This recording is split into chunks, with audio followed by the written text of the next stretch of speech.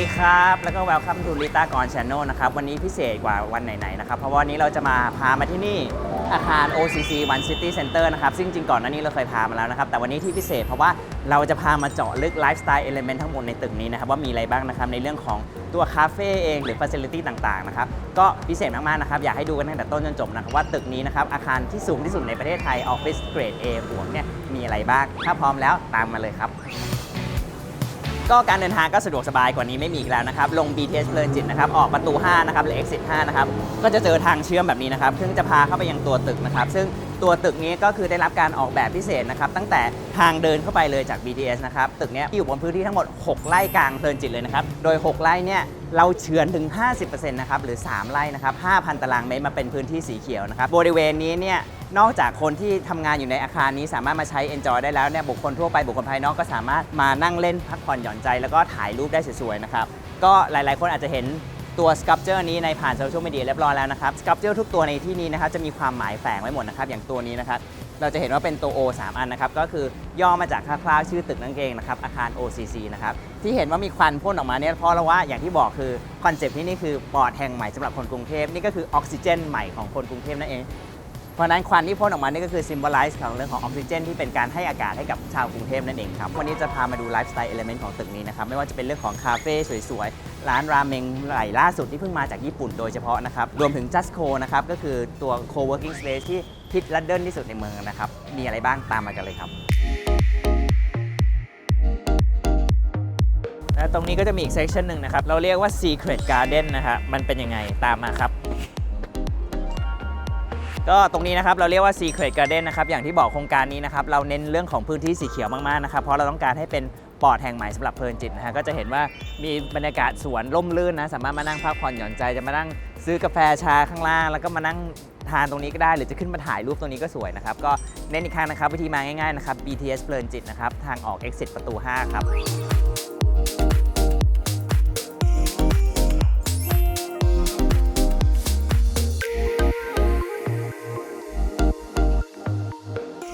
ไม่ใช่เฉพาะคนที่ทำงานในตึกนี้เท่านั้นหรือใครที่เดินไปเดินมาก็สามารถมาถ่ายรูปมาเช็คอินหรือมาเอนจอยได้นะครับแล้วก็ใครที่อยู่ในโลกโซเชียลมีเดียคิดว่าคงคุ้นเคยมากๆกับ2ร้านนี้ที่ผมกำลังจะพาเข้าไปนะเพราะเป็นร้านที่ได้รับการลงโซเชียลมีเดียเยอะมากนะครับไม่ว่าจะเป็น Instagram TikTok หรือว่าแพลตฟอร์มอื่นๆนะฮะก็คือ Arabica แน่นอนใครที่เป็นสายกาแฟหรือใครที่ไปญี่ปุ่นบ่อยๆรู้จัก Arabica อยู่แล้วเป็นร้านกาแฟชื่อดังที่มาจากญี่ปุ่นนะครับและนี่ก็เป็นใน1สาขาของเขาที่ได้รับการตอบรับอย่างดีตั้งแต่วันเปิดนะตอนบ่ายนี้จะคิวยาวคนเต็มไปหมดเลยนะครับแล้วก็เป็นร้านกาแฟที่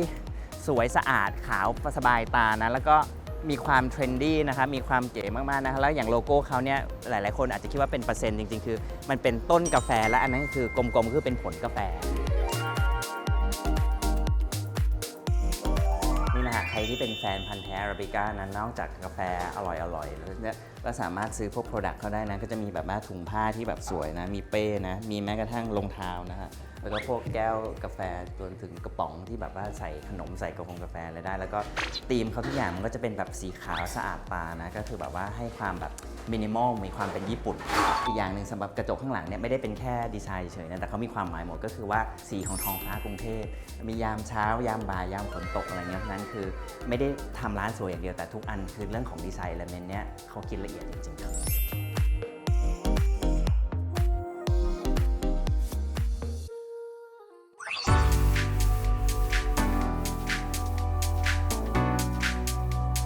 นอกจากสายกาแฟแล้วนะครับสายชาเราก็มีนะครับที่นี่นะครับเป็นร้านที่ดังมากๆในปัจจุบันนี้นะฮะชื่อร้านคาสนานะซึ่งอันนี้เป็นสาขาแรกของเขาเลยนะอยู่ที่อาคาร OCC ของเราเหมือนกันนะครับเขาก็ specialize ในเรื่องของมัทฉะหรือชาเขียวนั่นเองนะครับที่นี่เนี่ยนอกจากจะรสชาติอร่อยแล้วนะครับร้านก็สวยมากนะที่นี่เขาได้รับอินสปิเรชันในการออกแบบให้เรื่องของควา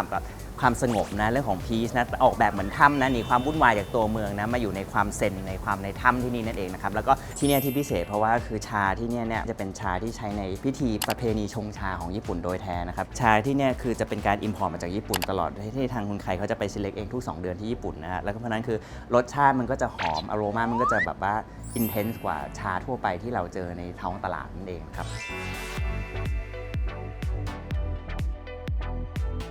คือชาเขียวปกติเนี่ยจะมี 3 เกรดนะฮะก็คืออันดับแรกก็คือ culinary grade ก็คือชาเขียวที่ใช้ตามร้านอาหารนะอันที่ 2 คือ premium grade ก็คือดีขึ้นมาอีกขั้นหนึ่งนะฮะแต่อย่างที่บอกคือชาที่นี่ทั้งหมดที่ร้านคาสนานี่คือจะใช้ ceremonial grade ก็คือชาที่ใช้ในประเพณีชงชา traditional ของญี่ปุ่นนะฮะเพราะนั้นคือชาเขียวที่อยู่ใน ceremonial grade เนี่ย after taste effect เนี่ยมันจะไม่มีรสขมติดลิ้นเลยเพราะนั้นคือมันจะละมุนละไมมากนะครับแต่พูดยังไงก็คงไม่เท่ามาชิมเองนะครับเพราะฉะนั้นใครที่อยากมาชิมเนี้ยง่ายๆเลย BTS เพลินจิตนะครับลงมาปุ๊บทะลุ BTS ก็คือร้านแรกเลยนะครับอยู่ทางด้านซ้ายมือของทางเข้าตึกอาคาร OCC นะครับตอนนี้เราก็อยู่ส่วนของที่ทะลุมาจาก Skywalk นะก็จะเป็นส่วนของพลาซ่าที่มีร้านอาหารร้านขายของมากมายนะครับก็จะมีนิชินะเป็นร้านดังนะครับเป็นราเมงที่ได้มิชลินนะครับซึ่งวันนี้เดี๋ยวเราจะมาเทสติ้งกันเดี๋ยวจะพูดให้ฟังนะครับแน่นอนโอบองปังนะทุกคนรู้จักนะคาเฟ่เบเกอรี่ชื่อดังนะฮะก็สะดวกสบายนะครับมีขายน้ำขายเครื่องดื่มตลอดวันนะครับแล้วก็ขาดไม่ได้รอสันนะครับสะดวกซื้อนะฮะสำหรับพนักงานออฟฟิศนะก็สามารถลงมาใช้ได้เปิดบริการทั้งวันแล้วก็ตรงนี้มี ATM นิดนึงนะเพราะฉะนั้นเรียกว่าทุกอย่างคือความสะดวกสบายเนี่ยครบจบที่นี่ไม่ต้องออกไปไหนนะฮะเนื่องจากเราอยู่โลเคชันที่สะดวกสบายมากนะอย่างที่บอกคือเดินไปคือเซ็นทรัลบาซิสเซ็นทรัลชิดลมแถวนี้มีร้านอาหารมีร้านอะไรมากมายที่นี่ก็คือร้านที่เลือกมาก็คืออยากเลือกร้านที่เรียกว่าเซิร์ฟคนในตึกจริงๆก็แล้วกันสำหรับคนทำงานบางทีแบบว่าไม่อยากเดินออกไปข้างนอกก็คือมีร้านสะดวกซื้อมีร้านกาแฟมีร้านขนมหรือว่าข้างบนในอนาคตที่จะเปิดเนี่ยสมมติว่าอีกหน่อยเรามี business lunch business meeting ที่แบบว่าอยากประชุมกับลูกค้าก็สามารถใช้ทุกอย่างในตึกได้หรือว่าโอมากาเสะที่กำลังจะเปิดก็คือเรียกว่าครบจบที่เดียวไม่ต้องออกไปไหนเลยครับอันนี้ก็เป็นอีกหนึ่งฮอตสปอตนะที่ผมแวะทุกเช้านะก็คือดีนาดูลูก้านะฮะก็คือเป็นคาเฟ่เพสทรีที่ดังจากที่มาจากนิวยอร์กนะครับก็เขาจะมีกาแฟมีแซนด์วิชมีพาสต้ามีพวกแรปต่างๆนะก็เป็นอีกหนึ่งจุดที่สะดวกมากแล้วก็รสชาติดีมากๆนะครับเมนูโปรดของที่นี่นะจะเป็นกาแฟอเมริกาโน่ใส่น้ำส้มกับใส่โซดานะครับก็จะรสชาติกลมกล่อมแล้วก็สดชื่นมากๆสำหรับตอนเช้าครับตอนนี้เรากำลังจะไปชั้น 37 นะฮะก็คือจะเรียกว่าเป็น co-working space นะเดี๋ยวนี้ co-working space อย่างที่รู้กันแล้วก็เป็นคอนเซ็ปต์ที่กำลังมาแรงมากนะฮะแล้วก็ OCC ก็ไม่พลาดนะฮะอันนี้เป็นการร่วมทุนระหว่าง Ryman Land นะครับ Mitsubishi Estate แล้วก็ Justco นะซึ่ง Justco เป็นหนึ่งใน co-working space provider ที่ใหญ่ที่สุดนะฮะมาจากสิงคโปร์นะแล้วก็ที่นี่ก็เป็นคอนเซ็ปต์พิเศษไม่ได้เหมือนที่อื่นทั่วไปเพราะว่าเขาออกแบบพิเศษเพื่อตึกนี้โดยเฉพาะเลยนะครับหน้าตาจะเป็นยังไงเดี๋ยวเรามาดูกันนะฮะอยู่ชั้น 37 นะครับก่อนเข้านะฮะข้างๆกันก็จะมีคาเฟ่ด้วยนะถ้าสมมติใครอยากจะมาทานนู่นทานนี่ก็ไม่ต้องลงไปถึงข้างล่างนะก็จะมีเป็นชื่อ Snap Cafe ก็จะมีกาแฟมีเพสทรีทุกอย่างที่สามารถพักเบรกมาทานตรงนี้เลยก็เรียกว่าสะดวกสบายมากๆนะครับคุ้มค่ากับการมาใช้ชีวิตไลฟ์สไตล์แบบจอยๆที่ OCC ครับ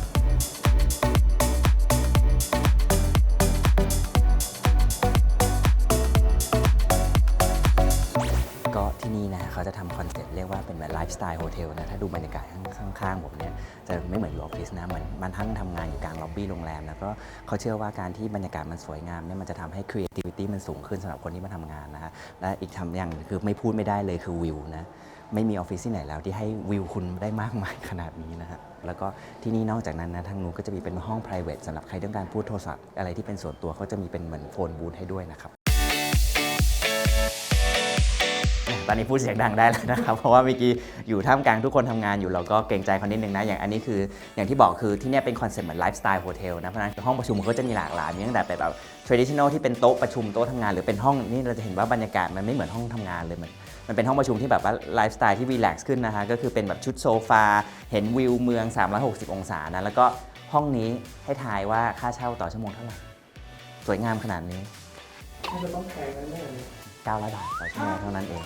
ใช่เพราะฉะนั้นคืออันนี้คือเป็นตอบโจทย์ของเรื่องของ co-working space มากๆมาใช้ที่นี่นะคือแบบว่าดูแลไฮโซมากนะครับทางที่ไม่ต้องลงทุนอะไรเลยในการเช่าออฟฟิศคือจ่ายน้อยมากครับอีกอย่างหนึ่งที่อยากจะพูดถึงนะฮะวันนี้อากาศค่อนข้างดีนะมองออกไปจะค่อนข้างใสนะแต่ปกติมันก็จะมีช่วงนะกรุงเทพที่ขมุกขมัวที่ PM 2.5 หนาแน่นมากๆนะแต่อยู่ตึกเนี้ยไม่ต้องห่วงเลยเพราะทั้งตึกเนี้ยเราใช้ระบบกรองอากาศชื่อ MERV 14ซึ่งเป็นเทคโนโลยีล่าสุดนะไม่ว่าข้างนอก 2PM รุนแรงขนาดไหนเนี่ยแต่ข้างในเนี่ยอากาศจะบริสุทธิ์กว่าข้างนอกถึง 90% นะครับเพราะนั้นในเรื่องของ well-being ตึกเนี้ยเราให้ความสำคัญมากๆนอกจากว่าจะมาทำงานอย่างมีความสุขแล้วในเรื่องของสุขภาวะที่ดีของคนทำงานทุกคนเนี่ยเราคิดละเอียดจริงๆครับก็หลายๆคนถามว่าแล้วถ้าสมมติว่าอยากประชุมใหญ่ๆอยากได้ห้องไซส์ใหญ่มีไหมนี่เลยครับเราอยู่กันที่ห้องนี้นะครับห้องนี้นะฮะถ้าจัดเป็นแบบ classroom seat แบบนี้ได้22ที่นะครับแต่ถ้าจัดเป็นแบบไม่มีโต๊ะ theater seat เนี่ยได้ถึง44คนนะครับแล้วก็ค่าเช่าต่อชั่วโมงก็อยู่ที่ 5,200 บาทนะครับก็เรียกว่าถูกกว่าไปเช่าโรงแรมเยอะนะครับแล้วก็บรรยากาศก็สวยงามแอร์เย็นตกแต่งสวยงามพร้อม วิวแบบนี้ที่หาที่ไหนไม่ได้อีกแล้วครับอันนี้ก็คือวิวชั้น 37 นะฮะเดี๋ยวหลังจากนี้เราจะพาขึ้นไปดูวิวที่สูงกว่านี้นะฮะคือวิว 54 นะฮะเป็นออฟฟิศผมเองนะครับแล้วก็ใครที่คุ้นเคยกับถนนเพลินจิตนะเทียบสเกลให้ดูนิดนึงนะขอกล้องแพนมาทางนี้นิดนึงนะฮะว่าจะได้รู้ว่าเราอยู่กันสูงขนาดไหนนะอันนี้คือตึกโรงแรมโอกุระนะฮะส่วนนี้คือตึกธนาคารกรุงศรีนะใครที่ผ่านมาแถวเพลินจิตก็จะรู้ว่าตึกกรุงศรีถ้ามองจากข้างล่างนี่คือสูงโปร่งอลังการมากนะแต่เดี๋ยวเราจะไปดูข้างบนว่าแล้วเทียบสเกลกันว่าเมื่อเราอยู่ชั้นที่บนสูงกว่านี้แล้วมองลงมาเนี่ยสเกลตึกมันก็จะต่างกันขนาดไหนครับอย่างที่ทราบกันนะครับว่าตึกนี้นะครับปัจจุบันนะครับเป็นอาคารสำนักงานที่สูงที่สุดในประเทศไทยนะครับซึ่งเราก็ภาคภูมิใจมากๆนะครับแล้วก็ตึกนี้ได้รับการออกแบบโดยบริษัทชื่อ SOM นะครับซึ่งเป็นบริษัทอาร์คิเทคระดับโลกนะครับที่ฝากผลงานไว้แล้วอย่างตึกเบิร์จคาลิฟาตึกที่สูงที่สุดในโลกที่ดูไบนะครับหรือว่าอาคาร One World Trade Center ที่นิวยอร์กนะครับแล้วก็สายโรงแรมบูติกนะอาจจะคุ้นเคยกับโรงแรมชื่อ Baccarat Hotel นะครับบริษัทนี้ก็เป็นคนออกแบบเช่นกันครับตอนนี้เราอยู่ออฟฟิศของ Ramalan เองเมื่อกี้เรามาจาก Justco ชั้น 37 ใช่ไหมฮะอันนี้คือชั้น 54 ที่พามาเพราะว่าอยากให้เทียบวิวกันนิดหนึ่งว่าความสูงมันต่างกันยังไงนะตอนนี้เราสูงกว่าตึกกรุงศรีแล้วนะฮะซึ่งอันนี้ยังไม่ใช่ชั้นที่สูงสุดของตึกนี้นะฮะอันนี้อยู่ชั้น 54 ทั้งหมดมี 61 ชั้นนะครับว่าชั้น 61 เปิดเนี่ยอย่างที่บอกจะเป็นร้านอาหารและบาร์นะครับก็จะเห็นวิวกรุงเทพ360 องศาเลยนะครับก็คร่าวๆนะฮะเราจะเห็นแม่น้ำเจ้าพระยาชัดเจนนะฮะแล้วในวันที่ฝุ่นเคลียร์กว่านี้นะสามารถเห็นภูเขาได้ด้วยนะตรงนี้ส่วนของออฟฟิศส่วนของ co-working space ก็จบไปแล้วนะครับข้างล่างยังไม่หมดนะครับยังมีเรื่องของไลฟ์สไตล์คาเฟ่อีกมากมายที่จะพาไปดูต่อนะครับตามมาเลยครับ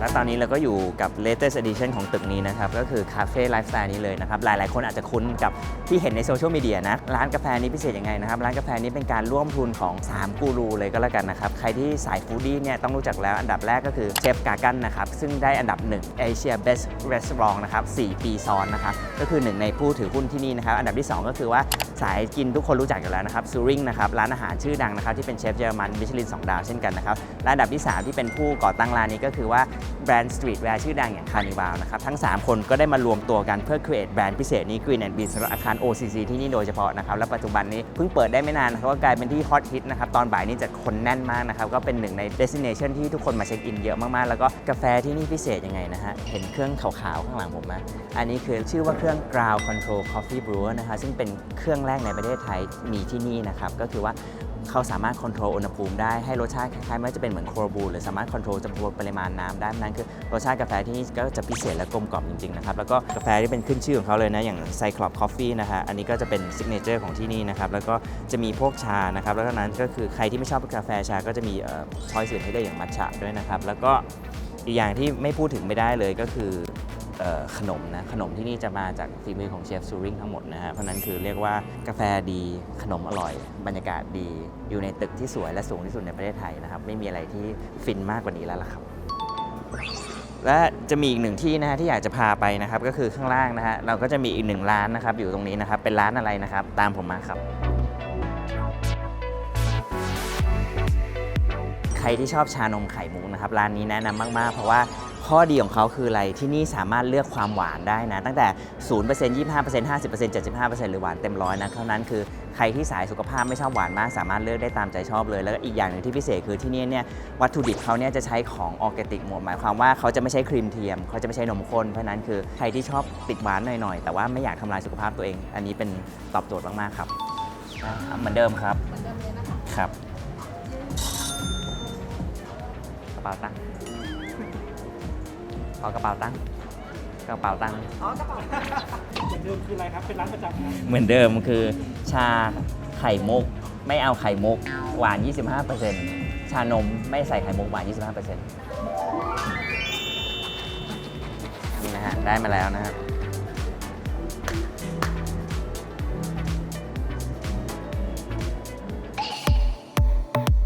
และนี่เราก็อยู่กันที่กินนี่ฟู้ดคอร์ทนะครับฟู้ดคอร์ทในราคาที่จับต้องได้นะครับก็รองรับความต้องการของพนักงานออฟฟิศย่านเพลินจิตรวมไปถึงผู้คนทั่วไปนะครับซึ่งปัจจุบันได้รับความนิยมเป็นอย่างมากนะครับมีคนเข้ามารับประทานประมาณ 2,000 คนต่อวันแล้วนะครับแล้วก็ที่นี่นะครับยังมีร้านอาหารดังมากมายหลายสัญชาติที่ทั้งสะอาดรสชาติดีบรรยากาศดีและราคาเป็นกันเองมากๆนะครับไม่ว่าจะเป็นข้าวมันไก่ประตูน้ำนะครับเรื่องของผัดไทยราชวัตรหรือว่าตั๊กกะเพราถาดยักษ์เจ้าดังครับหลายคนไม่เชื่อว่าราคาเริ่มต้น50 บาทจริงไหม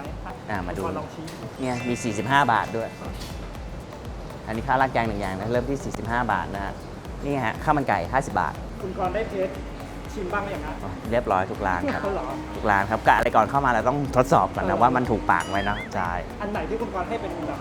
อันเนี้ย จริงๆส่วนตัวชอบข้าวมันไก่ แล้วก็จริงๆผัดไทยเจ้านี้อันนี้ก็อร่อยมากข้าวต้มปลาก็ดีมากคือจริงๆให้พูดแล้วเลือกไม่ถูกเลยนะเพราะว่าอร่อยทุกอย่างครับนอกจากนั้นนะฮะก็เป็นอีกหนึ่งทางเลือกสำหรับสายสุขภาพ well being นะก็จะมีผลไม้สดนะฮะมีน้ำปั่นที่ปั่นสดๆเลยนะฮะก็จะดีต่อสุขภาพแล้วก็สายหวานก็มีนะฮะก็จะมีขนมเบื้องเพราะนั้นคือมีความหลากหลายมากในทุกๆอย่างนะฮะแล้วก็อิ่มอร่อยกันอย่างที่บอกได้ตั้งแต่ 7 โมงเช้าจนถึง 1 ทุ่มเลยครับ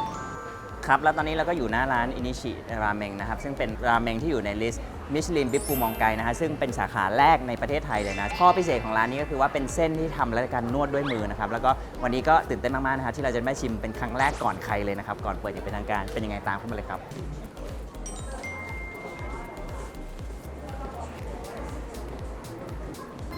はい、日本で、ラーメンをやってます島屋と申します、日本では60店舗ぐらいお店をやってまして、今から5年前ぐらいにシンガポールに初出店海外ので、今回タイに初出店させてもらいました。นี่ก็โดไซมัสฟังคร่าวๆว่ามี 60 สาขาแล้วมีที่สิงคโปร์แล้วก็น้ำซุปคือดาชิก็คือประเทศไทยเป็นประเทศที่ 2 นอกญี่ปุ่น ความพิเศษก็คือว่าอินิชิเนี่ยมีทั้งมากกว่า 60 สาขาที่ญี่ปุ่นนะครับแล้วก็เมื่อประมาณ 5 ปีที่แล้วเนี่ยเขามาเปิดสาขานอกประเทศครั้งแรกที่สิงคโปร์นะครับและประเทศไทยก็เป็นประเทศที่ 2 ที่เขามาเปิดสาขานะครับแล้วก็โดยแน่นอนนะครับในเรื่องของราเมงความพิเศษก็คือน้ำซุปดาชิหรือน้ำซุปปลาแห้งนะครับแต่อีกอันหนึงที่เป็น specialty ของเขานี่นะครับก็คือตัวดันนูโดนะครับซึ่งจะเป็นบะหมี่ที่เป็นแห้งนะครับซึ่งอันนี้เป็นรางวัลที่ได้มิชลินด้วยนะครับก็เดี๋ยวรสชาติเป็นไงเดี๋ยวเรามาชิมกันครับอันนี้นะครับดีมากๆ สำหรับสายคอนเทนต์นะเขาบอกว่ารบกวนถ่ายรูปภายใน 20 วินาที เพราะว่าถ้าทิ้งไว้นานกว่านั้นเส้นจะอืดนะอย่างถ่ายรูปจนเพลินนะฮะเขาก็จะมีบอกวิธีทานเนี่ยถ้าเป็นดันนูโดเนี่ยเหมือนกันรบกวนถ่ายรูปภายใน 20 วินาที และวิธีทานยังไงนะก็ละเอียดดีมากนะครับวันนี้เราก็มีแขกรับเชิญพิเศษนะครับที่มาชิมกับเราในวันนี้นะครับน้องพัดนั่นเองครับสวัสดีท่านผู้ชมครับสวัสดีครับ อายุเท่าไหร่แล้วครับเนี่ย สูงกว่าผมแล้วนะ ขอยืนหน่อยนะ ยืนหน่อยนะ17 อร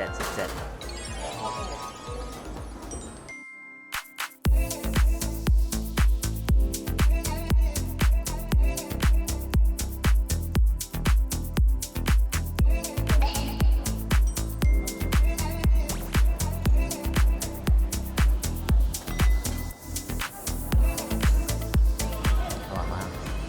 เส้นมันจะแบบหนึบมากอะเหมือนแบบไม่ใช่เส้นสำเร็จนะเป็นเส้นแบบนวดเองนะรสชาติเหมือนแบบเผ็ดๆหน่อย อันนี้ก็เป็นอันซิกเนเจอร์ของเขานะอันนี้คือ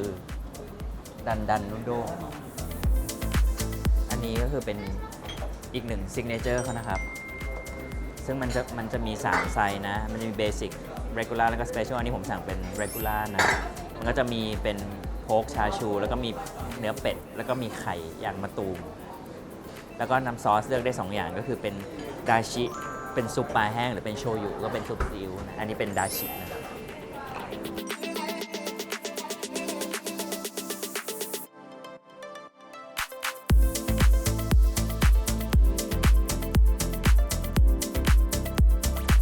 อร่อยมากเพราะว่าข้างบนมันจะมีเหมือนเป็นยูสุอยู่ด้วยมันก็จะมีความหอมของเปลือกส้มนะแล้วก็อย่างที่บอกเส้นคือเป็นเส้นเดียวกันกับเมื่อกี้เส้นจะนุ่มแล้วก็อยากให้ดูมาซูมเป็ดนิดนึงนะคือเป็ดดูแบบเป็นเป็ดที่ละเมียดมาก